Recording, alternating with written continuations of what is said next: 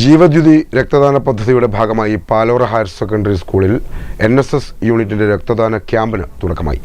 രക്തദാനത്തിന്റെ പ്രാധാന്യം കുട്ടികളിലും പൊതുസമൂഹത്തിലും എത്തിക്കുക എന്ന ലക്ഷ്യത്തോടെയാണ് ക്യാമ്പ് തുടങ്ങിയത്. നാഷണൽ സർവീസ് സ്കീം സംസ്ഥാന തലത്തിൽ ആവിഷ്കരിച്ച പദ്ധതിയാണ് ജീവദ്യുതി. പദ്ധതിയുടെ ഭാഗമായി പാലോറ ഹയർ സെക്കൻഡറി സ്കൂളിൽ NSS യൂണിറ്റിന്റെ രക്തദാന ക്യാമ്പിന് തുടക്കം കുറിച്ചു. രക്തദാനത്തിന്റെ പ്രാധാന്യം കുട്ടികളിലും പൊതുസമൂഹത്തിലും എത്തിക്കുക എന്ന ലക്ഷ്യത്തോടെയാണ് Palora higher secondary school national service scheme നടപ്പിലാക്കുന്ന ജീവദ്യുതി രക്തദാന ക്യാമ്പിന് തുടക്കമായത്. NSS യൂണിറ്റും പോലീസ് വകുപ്പും മലബാർ മെഡിക്കൽ കോളേജും സംയുക്തമായാണ് ക്യാമ്പ് സംഘടിപ്പിച്ചത്.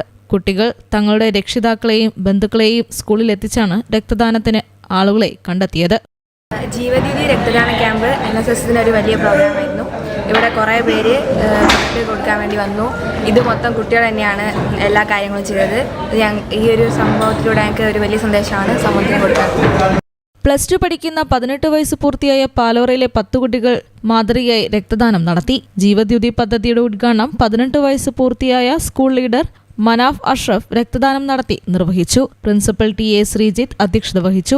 NSS regional programme coordinator S Sreejith മുഖ്യപ്രഭാഷണം നടത്തി. Blood bank medical officer doctor VJ Arun, technician Muhammad Shifi Farhan, programme officer CM Haripriya എന്നിവർ നേതൃത്വം നൽകി. News bureau, Ulliyeri.